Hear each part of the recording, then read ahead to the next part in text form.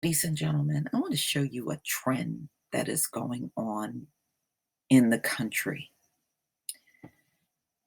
I had in the past done stories on how a lot of crops are lost because of the immigration situation in America. When the immigrants walk away from the farms, the crops are lost and the owners of the farm lose everything. There are tons of stories out there. Lots of crops lost around America. Well, that's not the only reason why crops are being lost in America. Now, I don't know about where you are, but the rain that we get in New Jersey is always really hard rain, and I never seen so many hard rain showers before in my life, but we're getting a lot of them now. And I can see that's happening across the country.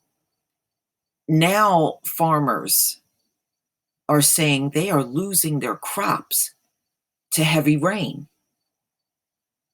This is a story that came out October 4th, and I'm going to show you a few more stories saying the same exact thing. Heavy rains causes more crop losses, more crop loss. So many areas of southern Minnesota and northern Iowa reported heavy rainfall and some hail and wind damage during the week of September 17th through the 21st. A large portion of the region received 3 to 5 inches of rain, with some areas receiving more than 7 inches. This type of intense rain is very unusual in September, being more likely to occur in the spring and early summer. Some locations also had strong winds and hail, which caused additional damage to some crops. There will likely be additional crop loss along with potential delays in the corn and soybean harvest as a result of rain. So they're getting so much rain, it's literally killing the crops. And these two states are not the only one, y'all. Let me show you another one. Now, we already know South Carolina, they know their crops are gone. They're gone. And I tell you what, if they weren't gone during Hurricane Florence, they will be when Michael go blowing through there later on today. Okay? So we know the farmers down there, they know it's their season is pretty much over. It is so much widespread damage in farmlands in the Carolinas right now. Unharvested crops, localized flooding, and the unharvested crops are 30 to 40% is tobacco loss. And tobacco is a huge thing down in the South. So they lost a lot of their tobacco from it being unharvested, from all of the flooding and everything that has taken place, and also the cotton crops, the corn, the soybean, peanut, tobacco, and cotton crops have all suffered down there. All suffered. And it's from all the soaking rain that's happening all over the place. So, I mean, this stuff can't even be avoided. All right. Here's another one from Minnesota.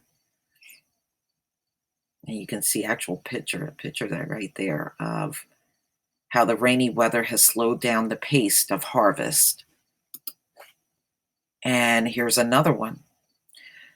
Now, they're saying global warming is going to cause a higher number of insects to eat up crops. And this is going to be worldwide. Right now, most farmers lose anywhere from about 20% of their crops to insects. and even wild animals like deer. I know here in New Jersey, I was reading a story in the local paper a few years back, and it was saying that most of the crops that are grown in New Jersey, a good 20 to 25% of the crop is lost from deers and other animals going in there eating the crops. So as as the globe warms up, they're anticipating that these bugs could actually eat up to 40% of crops worldwide.